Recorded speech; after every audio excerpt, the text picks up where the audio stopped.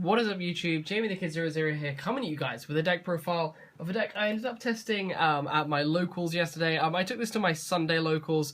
I figured I was going to have a bit of fun with it. I only went 2-2 in the end. I lost to 2 Satella matchups because this deck cannot actually stand back row.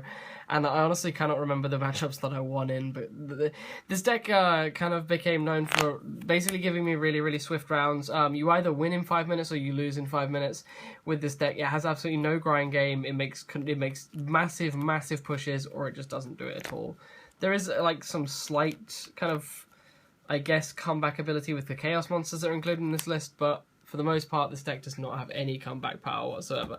The deck I'm bringing you guys is going to be Chaos Hieratic, using, of course, Dark Matter Dragon, the card that everyone thought was going to be like a 20 to 30 pound card from Gold Series, and it ended up being, I think these are like £2 now. Funny what Dragon Rulers do to a format, or the absence of them. But I'm going to bring you guys this list, and we'll see what you guys think. I'm pretty happy with it. The only thing I would change is I would cut one of these for another Great Maju Gazette. Otherwise, yeah, it's about everything I play. So we're going to start off with the Hieratic monsters, because, I mean, this is a Hieratic deck after all. So we played 3 Tefnuit. We played 15 Hieratics in this list overall. You just wanted to get to a Hieratic monster as quickly as possible, because it's just kind of the win condition of the deck as long as you can get one on board.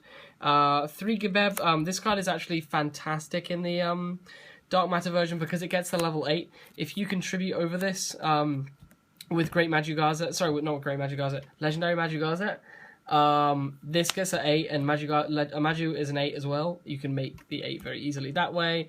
This is also a really relevant attack point. Like, it can attack over certain things, get you free summons from the deck, and then you contribute off with things like Sue. Like my main phase 2 plays would sometimes, sorry, my turns would sometimes go Gibeb, attack, get Labradorite, tribute Gibeb, get Sue, Gibeb gets the Sphere, overlay into Atum, special summon, Esset copy levels, and you can go off from there in your main phase 2. So continuing on with the Hieratics, I played the 3 Sue, back row removal, just generic best guy to search if you already have Tefnuit. 3 Esset, the same logic applies with regards to Gibeb. If you can normal summon this and then tribute it immediately off for Maju Gazette, you get the rank 8 play whenever you want it. It's also pretty cool because if you have Maju Gazette and you're going first, you can search this with Seal, and then just play it, tribute off. Whereas with Tefnuit, you need to, your opponent needs to control a monster. So that's kind of cool. And then I played 3 Nebthet. This is literally in here as the name. I wish I didn't have to play as many of this. This really should have been a Maju, but I just didn't have a third Maju, and no one could loan me one at the locals. So that was the 15 kind of Hieratics I played. The Nebthets really aren't that important.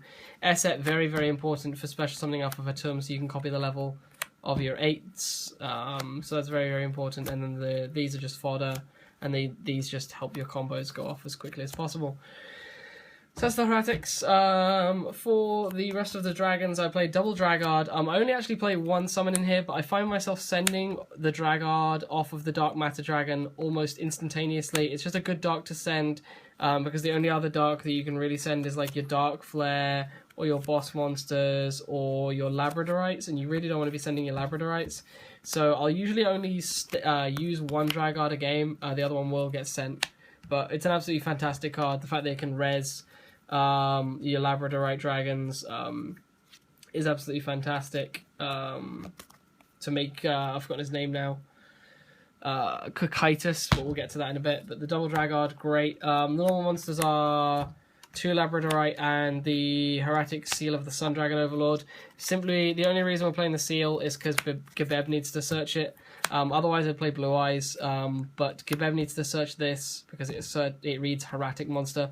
So Gibeb can get this to go along with your Maju Gazette, but that's the only reason we play that. And then for the Chaos-oriented stuff, we play the 1 Eclipse Wyvern. You only need 1, you've got 2 targets. You're going to send it off of this. So you only require the 1, 3 Light Pulsar, and the 1 Dark Flare. Dark Flare sets up your graveyard really nicely. You can use it to thin your deck, especially if you've like drawn vanillas. You can just discard them, thin your deck, banish a useful card from your opponent. I know that I banished I won a game by banishing a Deneb in one of the Satella Night games. Didn't win any of the match though, but the Dark Flare. And then we play 2 targets for the Eclipse Within, Dark Arm Dragon, and Red Eyes Darkness Metal, just the boss monsters. And then the last Chaos type monster we play is Blackluster Soldier Envoy at the beginning. And then we play two cards of what are, in my opinion, two copies of what, in my opinion, are the best combo card in the deck. Legendary Magic Gazette. You can special summon this card by tributing all monsters you control, and this card's attack becomes the equal combined original attack of all the tributed monsters. And if this card attacks a defense position monster, it inflicts piercing. The main reason you play this is because this is an 8, you can special summon it, and you can tribute any of your Hieratics to do it, inherently triggering the Hieratics effects. And we play 9 hieratic monsters that can be summoned immediately. This card can just sack over and get an 8 with. So if you can kind of see the picture now, you can summon any of these 9 hieratics, and then your combo is going off. If you have one of these, you just sack over, get the sphere, and go straight into dark matter. You can see what the focus of this deck is. So, with that many monsters, we have no room for traps, and we have a very small spell lineup. Our spell lineup is Raigeki, Book of Moon, Jinlock, outs, charge the Soul Charge, really, really strong. If your combo gets broken, you can at least make a defensive field. Wingbeat, because it's obligatory in a hieratic deck. 3 Seal of Convocation, because you want to be able to search your combo pieces. And 3 Reasoning, because in all honesty, there isn't a single bad hit in the deck. Even if you get into your normal monsters, they're tribute summon fodder. I mean, I guess you don't really want to be hitting your normals off of this, but if you hit anything else, it's literally never going to be a bad hit. So the Reasonings are in there. And your deck is so varied in level, your opponent is never going to call it right. So many people are bad, and they call 6 with this, and I only have, I think, 9 6s. And a lot of the Hieratics are 5s. I have 11 6s. But in the grand scheme of things, you're more than likely going to hit something else. But that's the thing. Like I honestly, I think I only ever saw 6 called with this. And I think I hit a 6 once all day. So that's them. For the extra deck, I played double Dark Matter, number 95, Galaxy Eyes Dark Matter Dragon. You can overlay this over Galaxy Eyes. The only thing I regret about this extra deck is I didn't play a Full Armor Dragon, because I could have gone Prime Photon, Overlay Effect, Full Armor, Overlay Effect, apparently. I didn't realise that was a combo, I forgot. But yeah, that was the thing. So 2 Dark Matter, it's just your main combo piece. It sets up your graveyard for your combo plays. We then play 1 Prime and 1 Tachyon. They're just options, like, they're just Galaxy monsters. I don't understand why some people play 2 and none. Like, play 1 and 1, because they do different things. They give you options if you need them. In the 1% chance that you do need them. The only other rate I play is Felgrand, because it's just good. Like, there's nothing more I can say about Felgrand. And then for the 6s, I play 2 Atom. You don't need more than that. You'll rarely even make 1, in all honesty. So the 2 Atom, the 1 Exabeetle for the Light Pulsar play. Utopia Beyond for getting over anything that's bigger than like 2/8. This card comes up surprisingly, like a hugely surprising amount. And when he's summoned, he makes the attack of all your opponent's monsters 0. So if you make this guy and you've got an established board anyway, you have game. And if you make, the best play is if you're able to make this guy and this guy, you just win, because you make, if your opponent has 2 monsters, you make them all 0. You go into this guy, detach a material so you can attack twice, and attack 2 monsters for 8,000. So that's an OTK there. And then I play 2 other 6s in the form of 2 Ptolemy M7s. This card's pretty cool. Sometimes you'll see yourself get Max Seed, so you can just go into this, bounce back the Tefnuit that you've used, or like the main combo piece, and then make your combo next turn, which is pretty nice.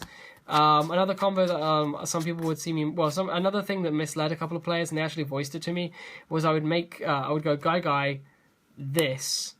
And they know I'd have a red MD in hand because I added it off of the Eclipse Woman, and they go, oh, actually this can stay because it's a machine. So I'd use this effect, grab a guy from grave, stock my hand, and then immediately overlay into this, and then banish it for the Red Eyes. Whereas they thought I would have gone into the Atom and banished that, but that actually came up a couple of times. I mean, call it people bad for not reading the fact that this was going to be a card, but it was something that happened, so I figured I'd say it happened. And then I play the double Gaia because you need to make it over things like this and things like Atom to go for game shots. I don't play any 5s. I know that they do sometimes come up, but in all honesty, I never really needed them, so no 5s are included in this list. The only other 2 things I play is 1, Dragochitus, Corrupted Nether Soul Dragon. This card is absolutely insane. Give it a good Yu-Gi-Oh! Wikia look up if you don't know what it does, and 1 Star Eater.